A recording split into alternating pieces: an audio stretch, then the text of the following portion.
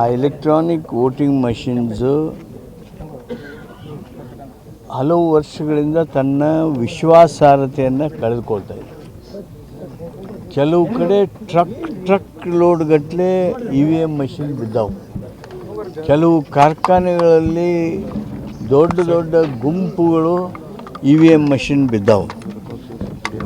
EVM machine ವಿಶ್ವಾಸಾರ್ಹತೆ ಕಡಿಮೆ ಆಗಿರುವಂಥ ಈ ಸಂದರ್ಭದಲ್ಲಿ ಅವು ಹ್ಯಾಕ್ ಆಗ್ಬೋದು ಅನ್ನೋದನ್ನು ಈಗಾಗಲೇ ಸಾಬೀತಾಗಿರ್ತಕ್ಕಂಥ ಈ ಸಂದರ್ಭದೊಳಗೆ ಜಗತ್ತಿನೊಳಗಿರ್ತಕ್ಕಂಥ ಎಲ್ಲ ದೊಡ್ಡ ಪ್ರಜಾಪ್ರಭುತ್ವ ರಾಷ್ಟ್ರಗಳು EVMದಿಂದ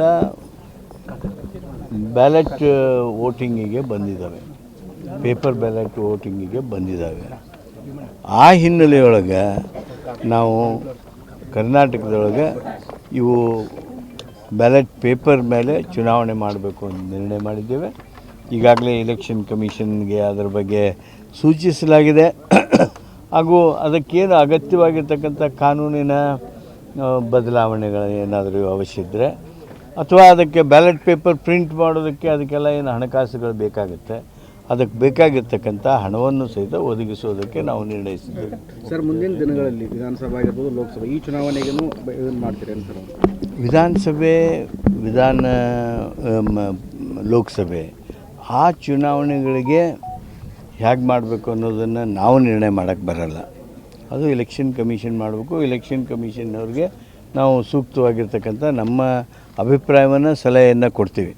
ಆದರೆ ನಮ್ಮ ರಾಜ್ಯದಲ್ಲಿ ನಡೀತಕ್ಕಂಥ ಸ್ಥಳೀಯ ಚುನಾವಣೆಗಳು ಇನ್ಕ್ಲೂಡಿಂಗ್ GBA ಅಂದರೆ ಗ್ರೇಟರ್ ಬ್ಯಾಂಗ್ಳೂರ್ ಅಥಾರಿಟಿ, ಆ ಚುನಾವಣೆಗಳು ಸಹಿತ ನಮ್ಮ ಕರ್ನಾಟಕದಲ್ಲಿ ಬ್ಯಾಲೆಟ್ ಮೂಲಕ ಆಗ್ತವೆ. ಸರ್, ಮುಂದಿನ ZP TP ಕೂಡ ಸ್ಥಳೀಯ ಸಂಸ್ಥೆಗಳು ZP ಇರ್ಬೋದು, TP ಇರ್ಬೋದು, ಗ್ರಾಮ ಪಂಚಾಯತ್ ಇರ್ಬೋದು, ಎಲ್ಲವೂ ಸಹಿತ ಬ್ಯಾಲೆಟ್ ಮೂಲಕ ಚುನಾವಣೆ ನಡೀತದೆ. ಹಿಂದೆ ಹೋಗ್ತಾ ಇದೆ ಸರ್ಕಾರ, ಹಿಂದೆ ಹೋಗ್ತಾ ಇಲ್ಲ. ಯಾರು ಅದನ್ನು ಹೇಳಿದವರು ಅವ್ರಿಗೆ ಹೇಳ್ರಿ, which is that democratic country, which is big democratic country which has not fallen back from EVM to ballot paper? ಯಾವ ದೇಶದ ಮುಂದುವರೆದ ರಾಷ್ಟ್ರ ಅದಾವಲ್ಲ, ಪ್ರಜಾಪ್ರಭುತ್ವ ಮುಂದುವರೆದ ರಾಷ್ಟ್ರಗಳದಾವಲ್ಲ, ಅವೆಲ್ಲ ಯಾಕೆ ಬ್ಯಾಲೆಟ್ ಪೇಪರಿಗೆ ಬಂದವು? ನಾವು ನೀವು ನೋಡ್ತೀವಿ, ನಿಮ್ಮ account one fine morning hack ಆಗಲ್ವಾ? ನಿಮ್ಮ ಸುದ್ದಿ ಹ್ಯಾಕ್ ಆಗಲ್ವಾ? ಮತ್ತು that is also A technology.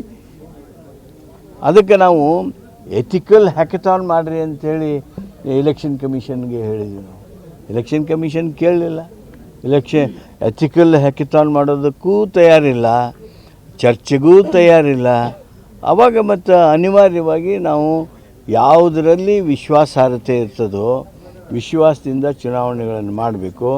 ಅದು ಪೇಪರ್ ಬ್ಯಾಲೆಟ್ ಮೂಲಕ ಮಾತ್ರ ಸಾಧ್ಯ ಅನ್ನೋದು ನಮ್ಮ ಅಭಿಪ್ರಾಯ. ಆ ಹಿನ್ನೆಲೆಯಲ್ಲಿ ಈ ನಿರ್ಣಯವನ್ನು ತೆಗೆದುಕೊಂಡಿದ್ದೇವೆ. Thank you.